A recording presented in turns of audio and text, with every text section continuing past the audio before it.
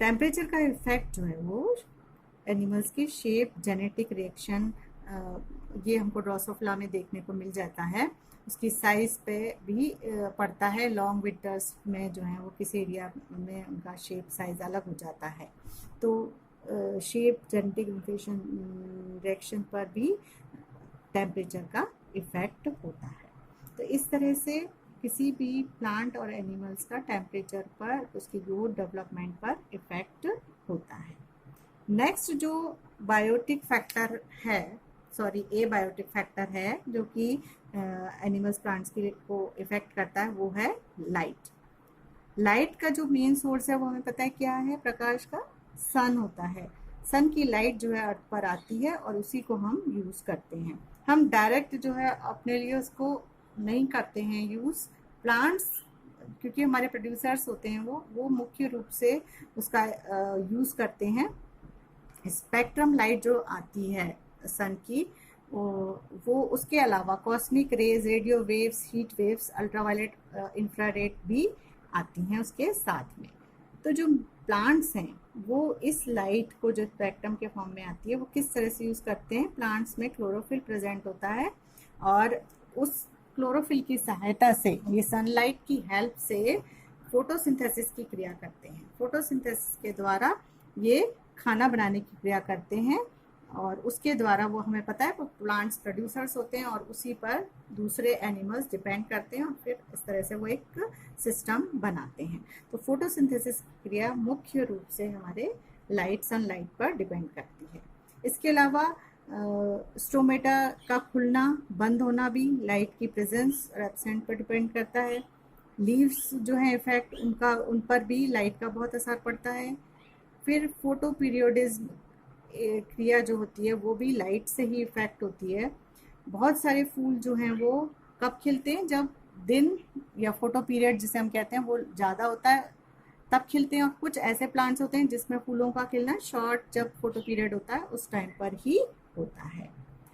Plants में light के according distribution पर भी हमको देखने को मिलता है अलग अलग प्लांट्स जो हैं वो, कुछ प्लांट्स बहुत कम लाइट जहाँ होती है वहाँ पर पाए जाते हैं और कुछ जहाँ पर बहुत अधिक लाइट आती है वहाँ पर हमको मिलते हैं। तो लाइट के अकॉर्डिंग इफ़ेक्ट करते हैं, तो प्लांट्स बहुत ज़्यादा इफेक्टेड रहते हैं और एनिमल्स भी रहते हैं। अब एनिमल्स पर क्या होता है, एनिमल्स की ग्रोथ और डेवलपमेंट पर भी इफेक्ट पड़ता है लाइट का। सबसे अच्छा हमें एग्जांपल इसमें साल्मन फिशेज में देखने को मिलता है। साल्मन फिशेज जो है वो तेज लाइट में ग्रोथ बहुत अच्छे से करती हैं। अगर उनको कम लाइट में ले जाए तो उनकी ग्रोथ उतनी अच्छी नहीं होती है। एक इसका और पिगमेंटेशन पर भी बहुत असर पड़ता है एनिमल्स के अंदर लाइन। और मुख्य रूप से अगर हम देखें तो मैन के अंदर हमने देखा तो अफ्रीका में के लोग जो हैं वो काले क्यों होते हैं, क्योंकि वहाँ पर अर्थ में मैक्सिमम टाइम पर सनलाइट रहती है, इसलिए उनका पिगमेंटेशन ऊपर रहता है और वो काले ज़्यादा होते हैं। और अगर एनिमल्स में देखें तो गुफा में रहने वाले एनिमल्स जहाँ पर लाइट नहीं पहुँचती है वो ज़्यादातर रंगीन होते हैं, उनकी और आँखें भी जो हैं वो कम डेवलप होती हैं। इसके अलावा लाइट एनिमल्स के लोकोमोशन पर भी असर डालते हैं। मसल्स, क्रेब और पिनोथिरस के लार्वे जो हैं वो लाइट में तेज गति करते हैं और अगर कम लाइट में डालो तो उनका मूवमेंट धीरा हो जाता है। कुछ इंसेक्ट्स जो हैं वो क्या करते हैं, लाइट में, हमें पता रात की लाइट में ही आते हैं, वहीं उनका मूवमेंट हमें दिखता है, दिन में वो उनको दिखाई नहीं देते हैं। नेक्स्ट है रिप्रोडक्शन। कुछ एनिमल्स ऐसे हैं जिनका लाइट रिप्रोडक्शन पर उनकी लाइट का इफेक्ट पड़ता है। प्लेनेरिया, अर्थवर्म लाइट से दूर भागते हैं और रिप्रोडक्शन जो है के बारे में बात करें तो छिपकली, केचुआ, इन पर लाइट का, इनके रिप्रोडक्शन पर लाइट का बहुत प्रभाव पड़ता है। तो इस तरह से लाइट जो मेन सोर्स हमारा है सन, वो भी हमारे एनिमल्स, प्लांट्स पर बहुत इफेक्ट करता है। अब नेक्स्ट फिजिकल फैक्टर जो है वो है प्रेसिपिटेशन, उसको हम बोलते हैं वर्षण। ये वर्षण एक्चुअली क्या, सॉइल में जो पानी की मात्रा होती है उससे हमारा इसका मतलब होता है। अब सॉइल में पानी कहाँ से आता है, मुख्य सोर्स, मेन सोर्स है वो रेन वाटर होता है। रेन वाटर जो है वो 45% रिवर में जाता है करीब, और 20% उसका करीबन सॉइल में जाता है, और 35% जो है वो एवोपोरेट वेपर के फॉर्म में उड़ जाता है। इस तरह से जब पानी नीचे आता है रिवर में, सॉइल में, कहीं भी जाए, फिर वो हाई टेम्परेचर वेपर में वॉश में बदलता है, और फिर वो वॉश ऊपर जाती है, और फिर ठंडा होकर फिर रेन के फॉर्म में नीचे आता है। इसको हम बोलते हैं वाटर साइकिल, मतलब पानी का जो है वो सर्कुलेशन आकर होता रहता है, उसके फॉर्म बदलते रहते हैं। दूसरे फॉर्म में जो है फुहार, हिम, ओस, ओले के फॉर्म में भी हम जो वर्षण की क्रिया है वो भी इस फॉर्म में भी हमको दिखाई देती है। प्लांट्स जो हैं वो वर्षण, प्रेसिपिटेशन वहाँ का कैसा है वर्षण सॉइल में, उसके आधार पर 3 तरह के हो सकते हैं, जीरोफाइट, हाइड्रोफाइट और मीसोफाइट। जीरोफाइट्स होते हैं वो प्लांट्स जो कहाँ पर लगे होते हैं, जहाँ पर कि लेस वाटर होता है वहाँ की सॉइल में। दूसरा होते हैं हाइड्रोफाइट, जहाँ पर सॉइल बहुत कम होती है, पानी ही पानी होता है, वहाँ पर जो प्लांट्स लगते हैं। और तीसरे हैं मीसोफाइट, जो कि नॉर्मल, वहाँ पे नॉर्मल पानी होता है सॉइल के अंदर, इसलिए उनकी ग्रोथ भी अच्छी होती है। मेन सोर्स जो है रेन का होता है हमारे इसमें, बाकी अर्थ पर हम देखें तो मेन सोर्स हमारे क्या है, वाटर, पॉन्ड का सोर्स है, सी, समुद्र होता है, पॉन्ड होता है, रिवर होती हैं, लेक होती हैं, वेल होती हैं, जहाँ से कि पानी सॉइल में जाता है, प्राप्त किया जा सकता है, उसके थ्रू वो फिर आगे जाता है। तो इस तरह से प्रेसिपिटेशन भी प्लांट्स और एनिमल्स जहाँ पर रह रहे होते हैं उनको इफेक्ट करता है। अब इसके बाद आता है नेक्स्ट, ह्यूमिडिटी या फिर आर्द्रता। प्लांट्स और एनिमल्स जो हैं वो उन पर आर्द्रता का बहुत असर पड़ता है, और किसी भी स्थान पर जो उसको हम नापते क्या है, वहाँ की रिलेटिव ह्यूमिडिटी कहलाती है, कितनी आर्द्रता, परसेंटेज ऑफ ह्यूमिडिटी वहाँ पर वहाँ की एयर में है। अब इसके बाद हम बात करते हैं जो हमारा एक और इम्पॉर्टेंट फैक्टर है, वो है विंड, पवन। पवन कैसे, किसी भी स्थान पर पवन क्या है, वो पवन जो है वो मौसम निर्धारण का प्रमुख कारण होता है। गतिशील एयर इज कॉल्ड विंड, और वायु तरंग के फॉर्म में ये चलती है। क्या होता है, किसी भी स्थान पर जो है प्रेशर, हमें पता है पृथ्वी पर प्रेशर होता है, और उसकी वजह से, उस प्रेशर की वजह से जो हवा है वहाँ की एयर वो मोशन में आती है, और फिर वो विंड का रूप धारण कर लेती है। Wind flowing from west to east is called the jet stream. किसी भी स्थान की विंड को नापने के लिए एनीमीटर का उपयोग किया जाता है।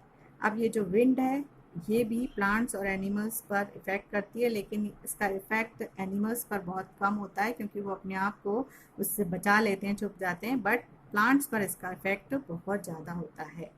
इस पर हम पॉइंट्स में देखेंगे क्या इफ़ेक्ट होता है। डी रूटेड उन्मूलन, मतलब पहला है कि अपमूलन की क्रिया हो जाती है। अगर विंड चल रही होती है तो प्लांट्स जो हैं वो जड़ से निकल जाते हैं और मर जाते हैं, टूट जाते हैं।